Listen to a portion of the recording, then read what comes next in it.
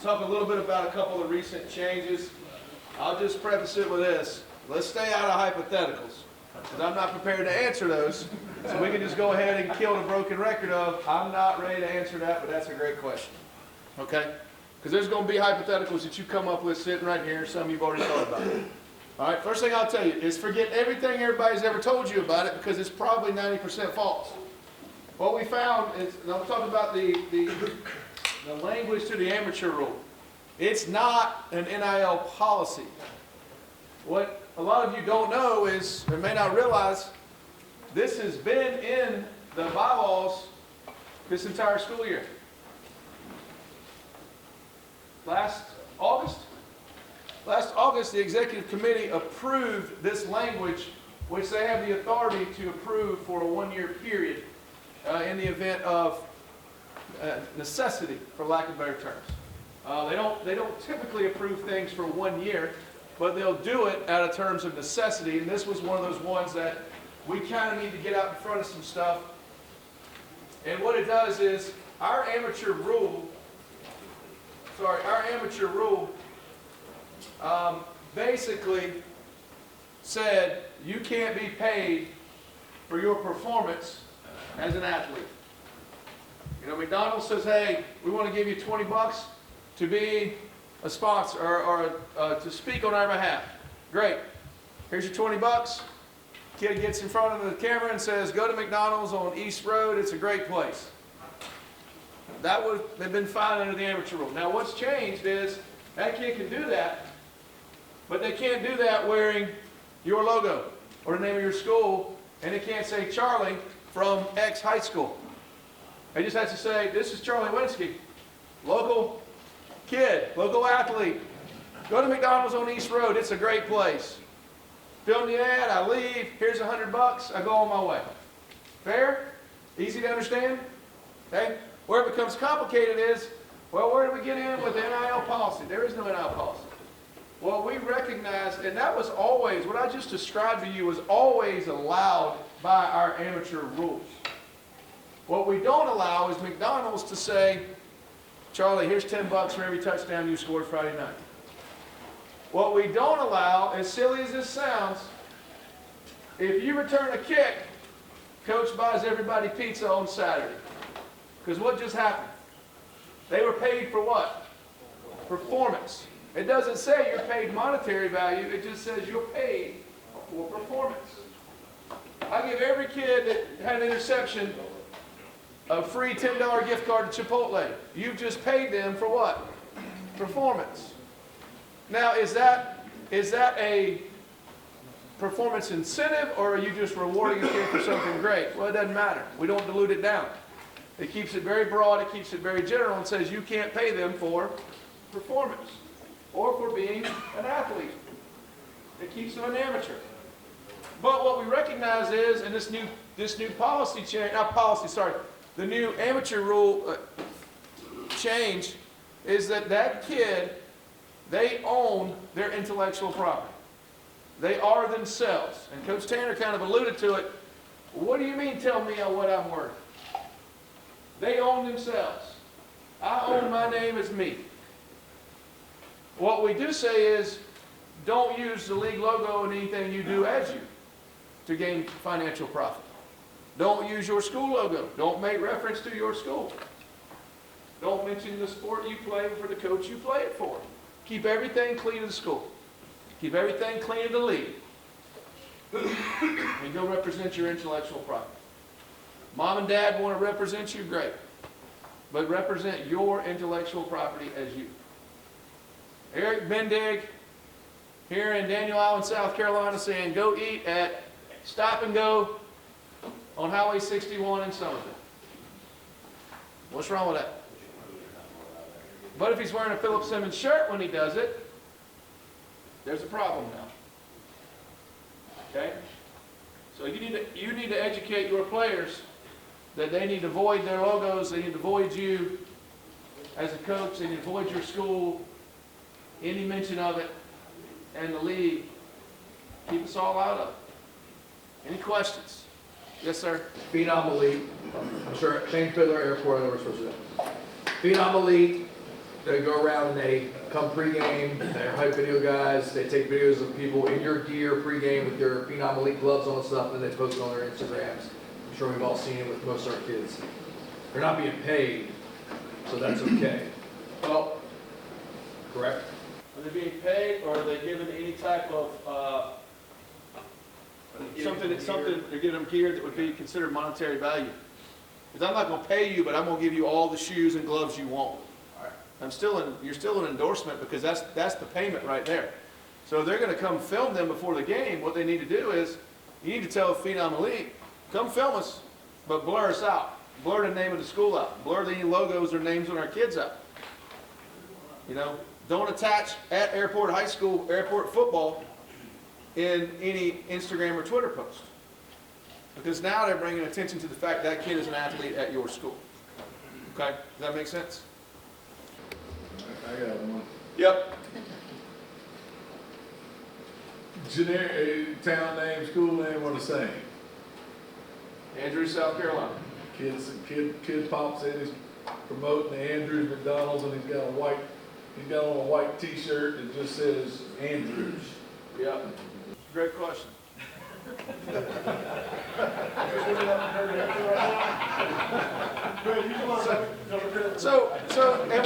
we run into that in a lot of other arenas, an outside team. I'll give you one. Lancaster, where we are right now. Name of a town, name of a high school. We're the Lancaster Ballers basketball team. Look, that coach has got his whole team wearing Lancaster. The shirt says Lancaster. It's in script Lancaster, it's blue and it's gold on a white shirt. That is Lancaster High School. That's not our stuff. That's how we deal with it. I would tell them they need to be a little smarter. I'd tell them. Now the beauty of it is, I think if you go in and read, and I won't read everything to you. This is in the bylaws right now. If you go to the amateur rule and the bylaws, it is in there right now. It is shaded because it was additioned this year.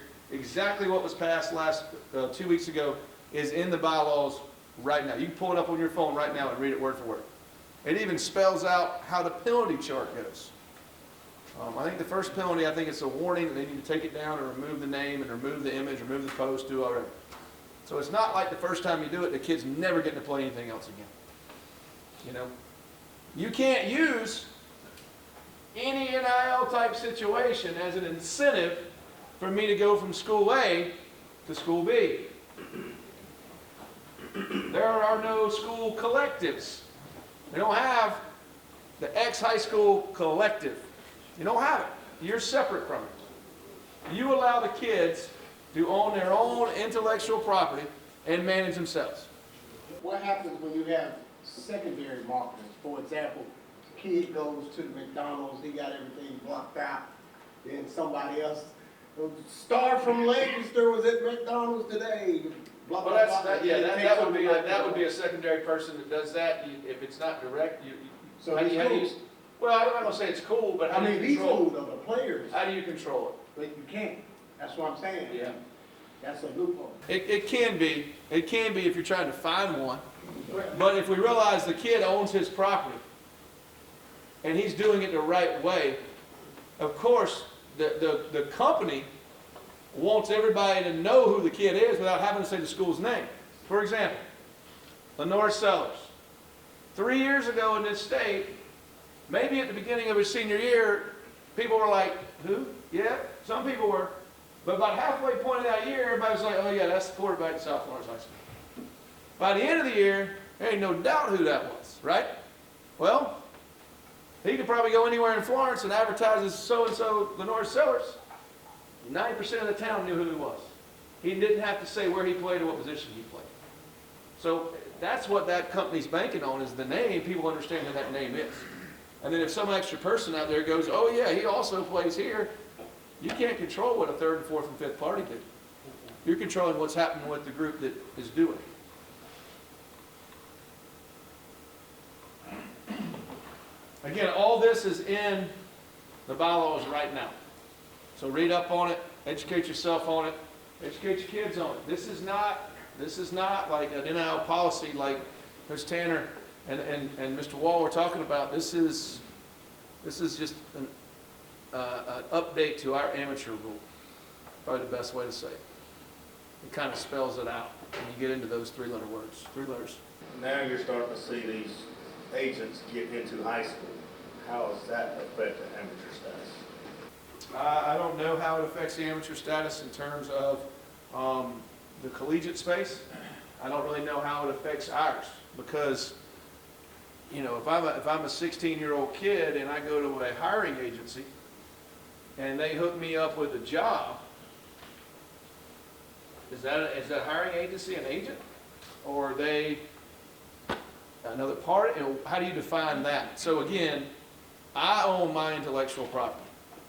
If I ask somebody on the outside to help me that doesn't benefit me going to a certain school, they don't have any pull to a school.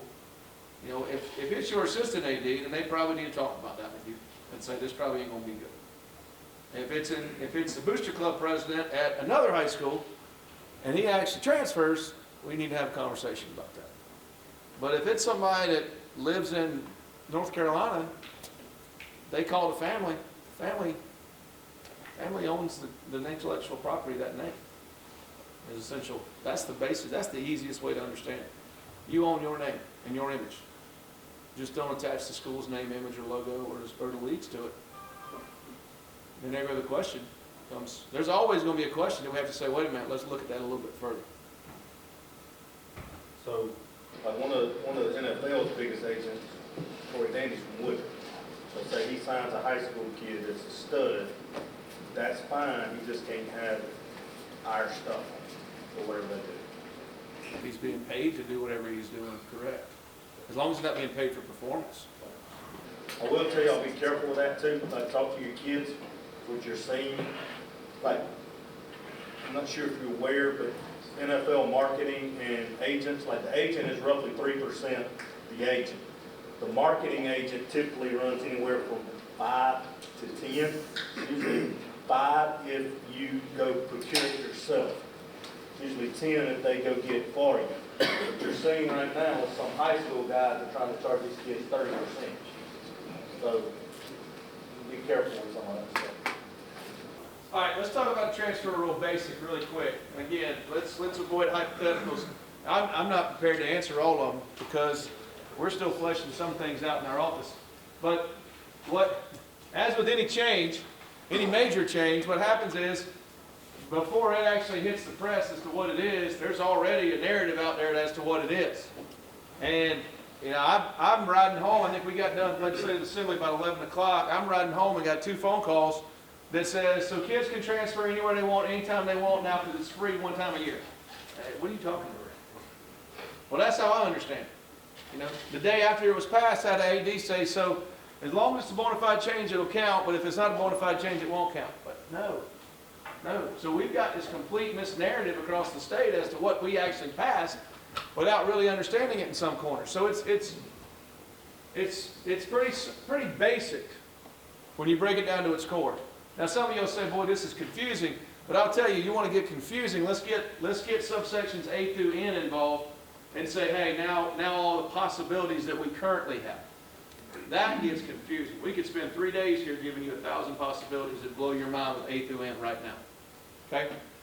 So, what we have is a very generic understanding. A student first enters the 9th grade. For you, they come to the first day of fall practice. They are eligible at that school regardless of where they live.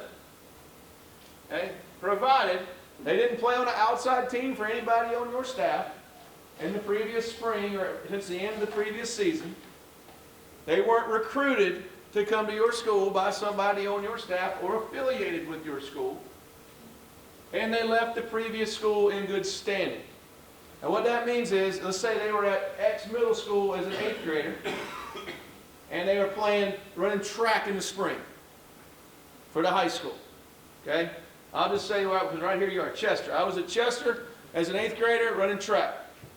Halfway through track season, I got kicked off the track team and told you're suspended from athletics until further notice. So I left. So they ain't going to let me play nothing here, I'm gone. I'm going to show them I'm going to Louisville. I'm going there as a 9th grader, but I'm not moving. Well, guess what? I wasn't eligible when I left, where I left, from a discipline standpoint. So I'm not going to be eligible where I'm going. What that prevents is it prevents kids from jumping from A to B to avoid the discipline that has been given to them. You got put up for expulsion. But the question we always ask, people always ask this question: was he good when he left? Well, yeah, he was good when he left. He had good grades and stuff. No, that's not the question. The question that needs to be asked is, what, had he stayed or she stayed, would they still be eligible to play sports with you right now? If the answer to that's no, then they weren't eligible when they left.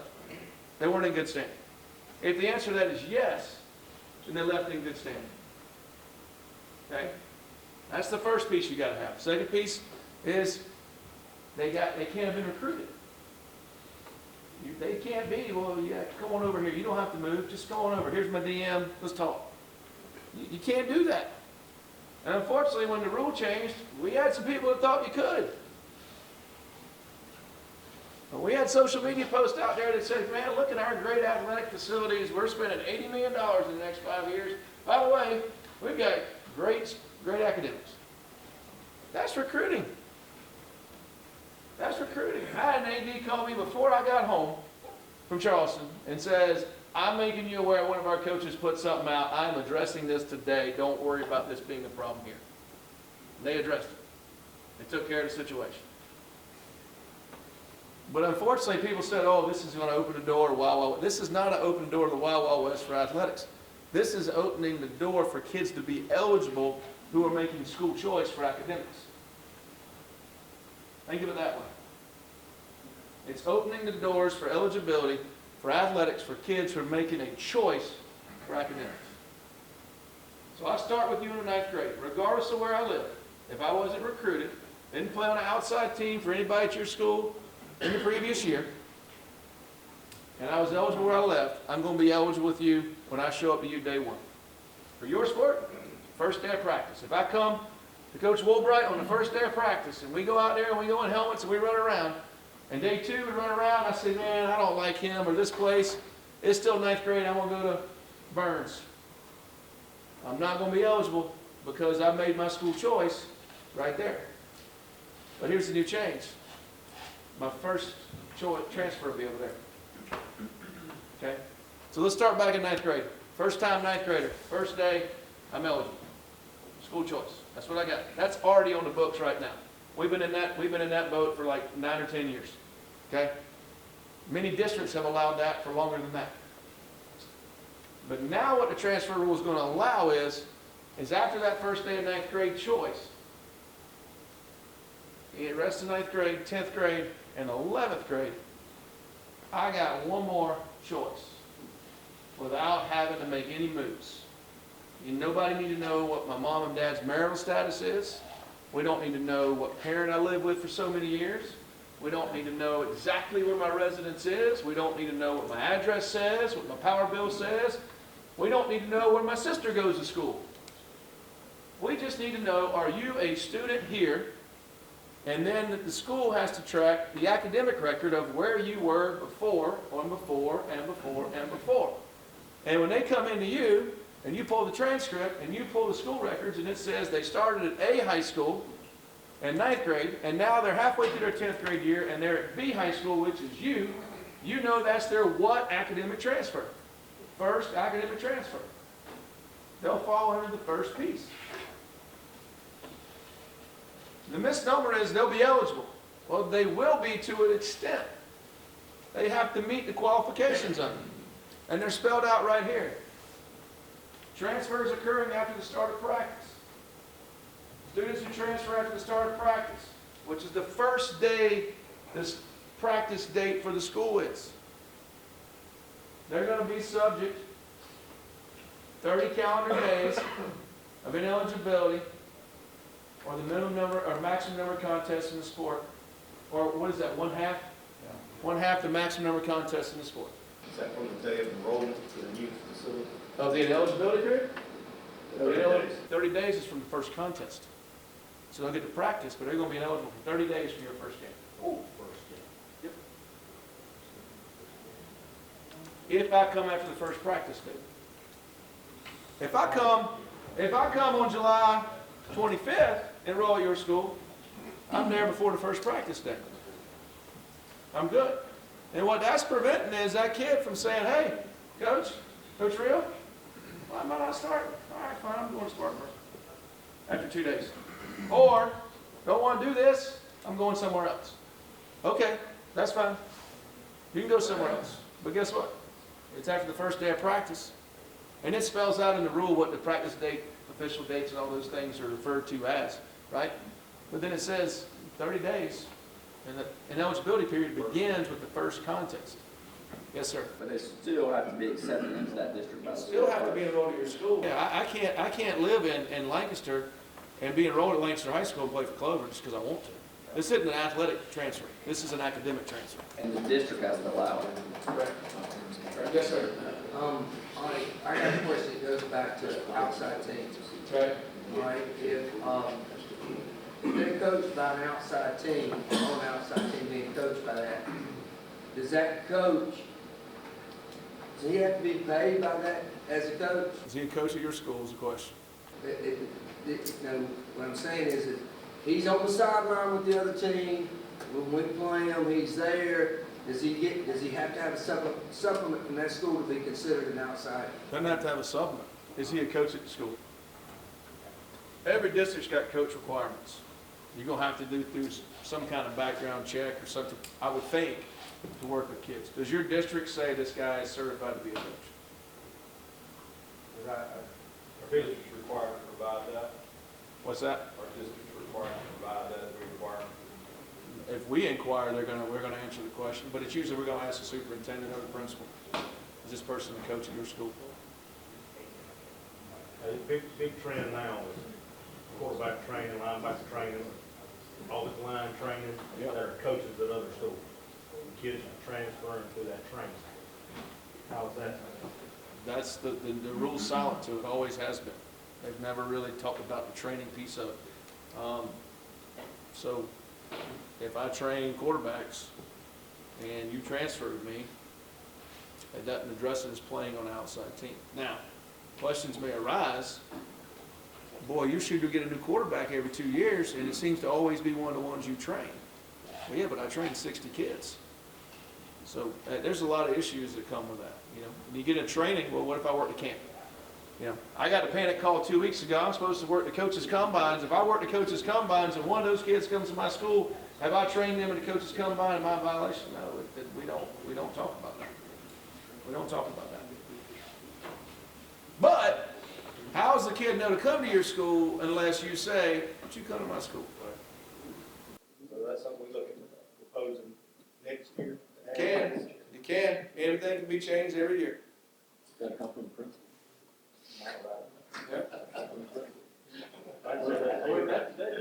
All right, so let's get back on this, because I know people have time too.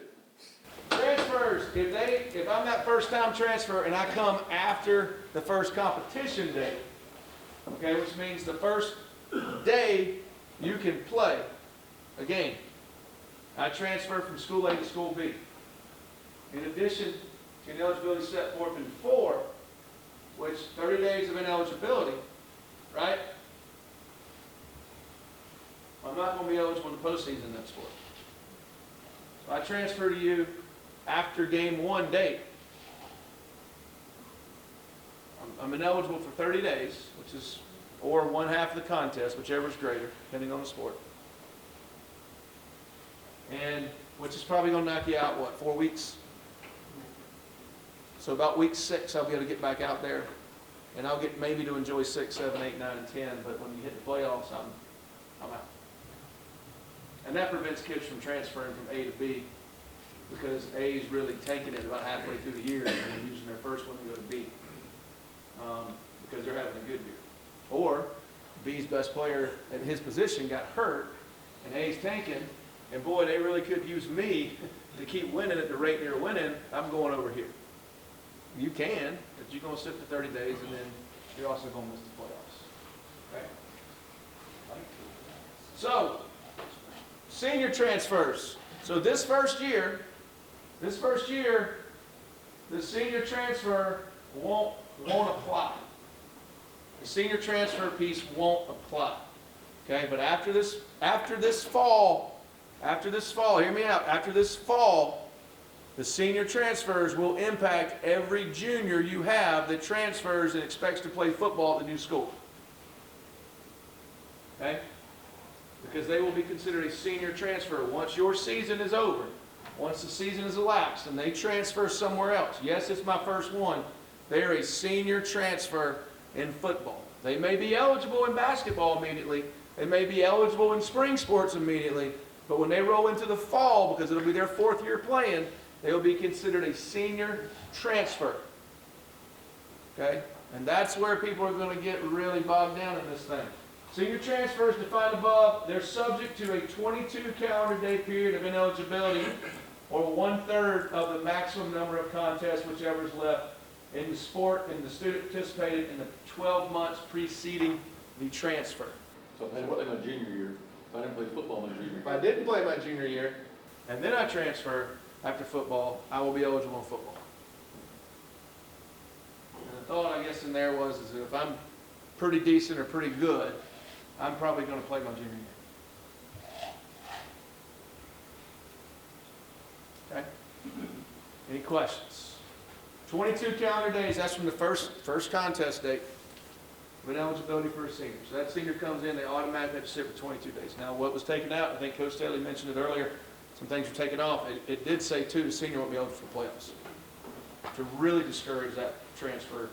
Because if you think about it from an academic standpoint, and this was really to kind of get in line with academic transfers, you'd have to really stretch the imagination to figure out why, as a senior, I need to transfer in for academic reasons. And really stretch the imagination. And this is way, this coming. This is not a part of this coming season. So beginning July 1, essentially, everybody would have that free one time. If the requirements are met, I'm accepted, and all those other things, essentially. But they got to be careful, because if they use one after July 1, that's going to be one. If I'm a sophomore and I use one again later, yeah, it's going to be two. So it's just going to be a lot of counting. It's going to be a little confusing the first couple of years of it. Yes, sir? If they transferred before this year, is everybody getting a fresh start? July 1, this rule goes into effect. Okay. We can't hold anybody hostage for what they did prior to this. So everybody got a fresh start?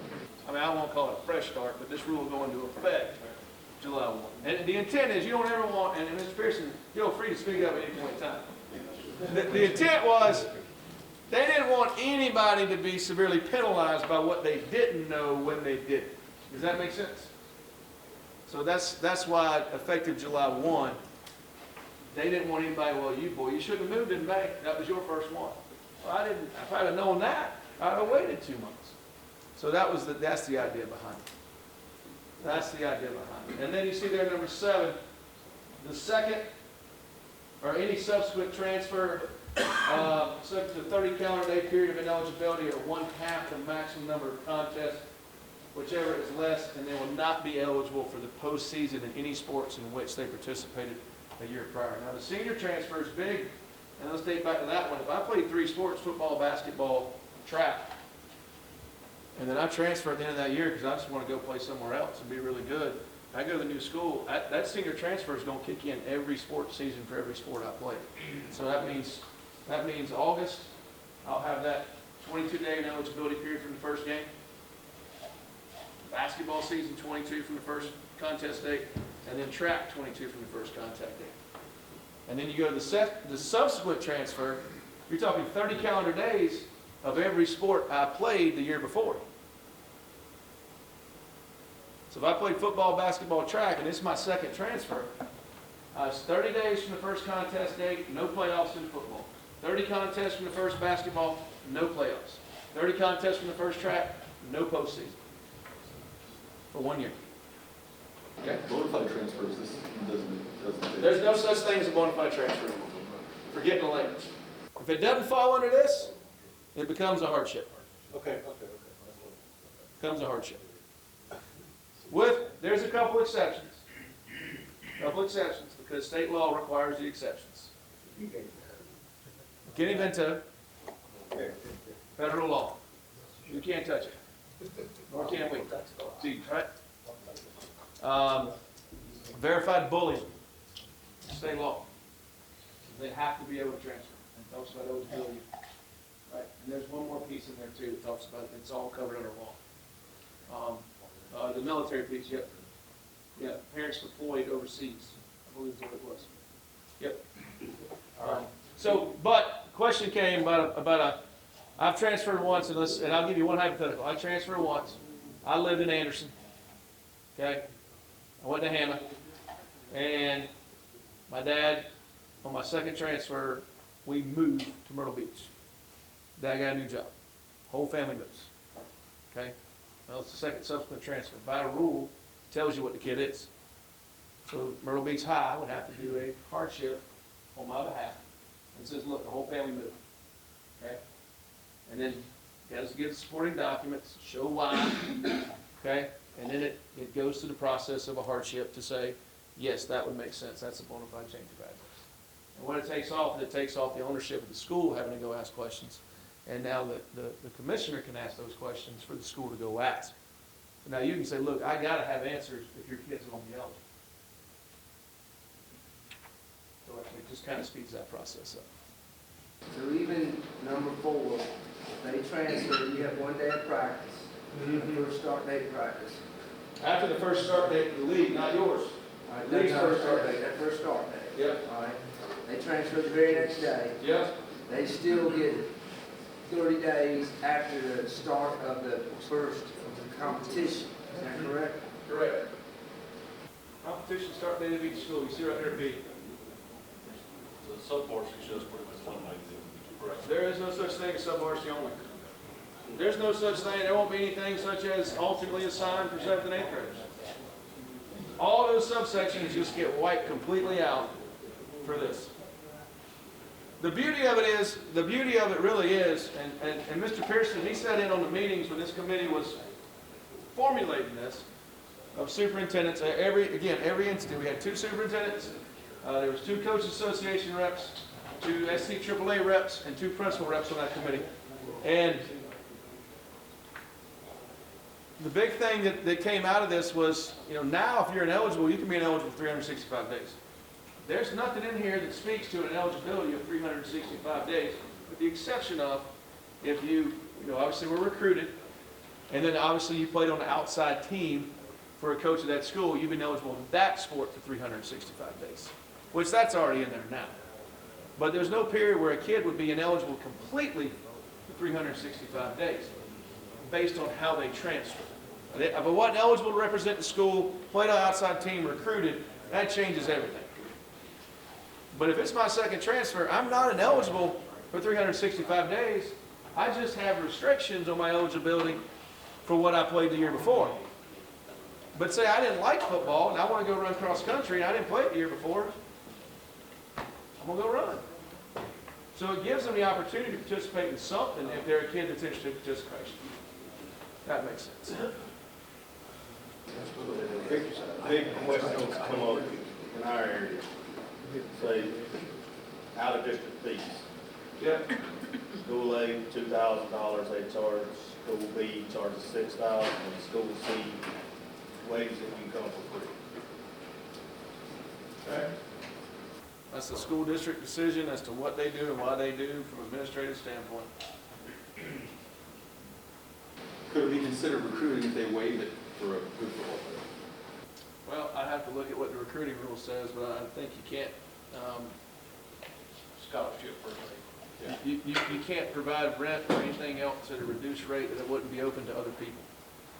Something along those lines, and I'm paraphrasing, but that'd fall under recruiting. We'd have to look, that'd be a case-by-case situation. Oh, you let every football player come in. I mean, the big question is, and I wish Dr. McMillan was here, I don't know if we got any other principal, Mr. Pearson, your school district is one where you have a couple of schools that are there at capacity. And if I sent my kid who's on for AC Flora and said, listen, I want you to go to River Bluff next year. Go over there and play.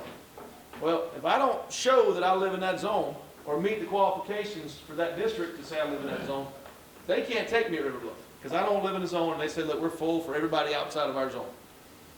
But White Knoll may say, come on, we have plenty of room here. And I don't know if White Knoll is, but they may have extra seats. So it really becomes what the district allows Because they still have to keep seats open for those that actually do physically move in to be able to come into the school. So it's gonna vary. Yes, sir. I think what's important everybody to understand here, and me and you've talked about it before, the whole recruiting piece, is that coaches, every clinic, everything, all we talk about is the coaches recruit and stuff like that. And things get turned into y'all, and you say, all right, I got to contact the school, and then what do a lot of coaches do? They say, no, I don't want my name in this. So, I mean, people are getting turned in, but they won't anonymously turn in. We got to be able to call people out. Georgia, this past week, I saw 3 different coaches on Twitter post DMs and tag the school that DM'd their players. Guess what? I guarantee you that's going to stop. If you know about it, you got to report it. You can't be scared to tell, or we got to stop talking about it. There's a lot of talking about it and not willing to do any action. It's probably one of the most popular statements I hear from coaches since I've been in this position is, well, I know so-and-so's not doing this, or I know what so-and-so's doing wrong, but I'm not going to say anything because I don't want to hurt the kid. And I've said it every year that I've had opportunity to say it. You're not hurting that kid, but you're hurting every other kid that kid plays against and every other program that kid plays against. And you're enabling that coach. So in a way, by knowing that somebody's cheating and somebody's doing something wrong, you're enabling them. But then you go complain about it in the dark. Well, you can't throw the stone and hide your hand. Throw the stone and stand out there and say, look, it was me. And I'm going to call you out again if you do it again. And I'm going to call you out, and I'm going to call you out, and I'm going to call you, and I'm going to call you, because I'm going to do it right. And that's what we're about here. And I'm teaching my kids that. And if my kids leave me because of that, then so be it. But when they leave here, they're going to know we do things the right way here. But unfortunately, you're 100% correct. That's exactly what happens. Offhand down the road, well, you know, so-and-so told me he did this, this, and this. You know, that's recruiting. Are you turned it in? No. Then why are you saying it? Just because you say it out loud doesn't mean I'm going to go run after it. I'm smarter than that. I've been hit by that car once. I'm not going to get hit by it again. You know? This past year, I dealt with a situation of an ineligible kid. And, man, I had everybody and their brother tell me what was going on. I'm talking down to a T. 4, 5, 6, 7 people from in and around the area. This is what's happening. Will you write that down and send it to me? Can't do it. Can't do it. It's going to cost me a job. It's going to cost me my business here. It's going to cost me my livelihood. No, I'd rather not. I got a lot of friends down here and I don't want to lose them. So what am I supposed to do? I know there's a good chance there's a violation, but I can't prove it because every proof I got won't give it to me. They'll tell me, but I can't take to the committee and stand up in front of them and say, X school, they did this. Well, how do you know? Well, I had a phone call with so-and-so, and a phone call with so-and-so, and a phone call with so-and-so, and they told me. I'll get walked out of that room in a heartbeat and told don't ever come back in here. So, yeah, turn them in. That's the only way it's going to stop. But if everybody says, you know what, we don't care, we're good with it, then don't complain about it when you let it go. And certainly don't complain about the league not doing anything about it, because I can promise you, if it gets brought to me and it's enough information and it shows that we got a violation, we're going to address it. And I don't care how long our relationship goes back and how good of friends we are and how delicate it gets. I'll have to do my job. But when the job part's over, I'll still be your friend if you want to be. If you don't want to be, I understand. But it isn't personal when it gets to those type of things or violations. And trust me, it's the hardest part of my job. It's the hardest part of my job to know I got to call somebody and say, look, y'all had a violation, and here's the penalty. It's the worst part. If I didn't have to do that, I don't think I'd have a bad day ever. But it is the hardest part of my job because it gets personal. It gets personal. And unfortunately, it's happened to too many people that I like. Too many people that I like. But it's just part of it. But here's the best part. I forget quick. I forget quick. I had somebody 2 weeks ago say, hey, you remember when I did X, Y, and Z? And I said, you know what, I forgot all about that. And I really have. Forgot all about that. So we move on. We learn, we learn, we move on. Looking forward, litigation, bills being written, all this other stuff. Yep. Multipliers for competitive balance. Coaches get fired.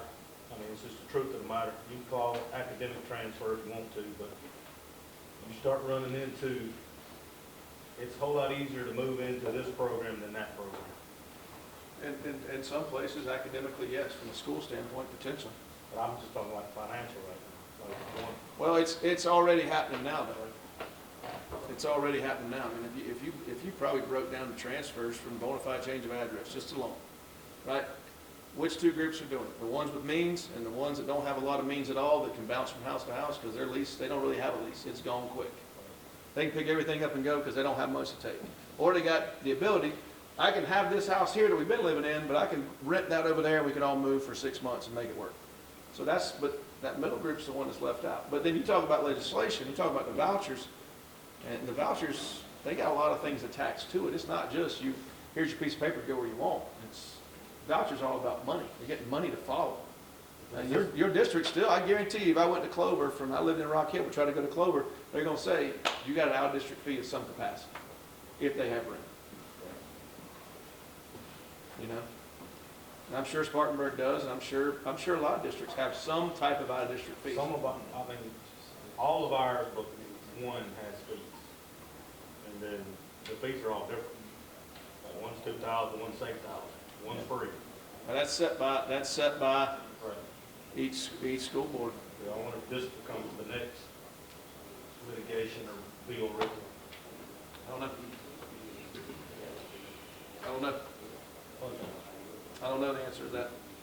What the other thing this transfer rule does too is you think about this right now, one of our current transfer rules is an inter-district transfer. For example, I can live in Lower Richland tenant zone, go to Lower Richland, I'm 3 miles from Lower Richland High School, but I send my kid to Keenan the next year.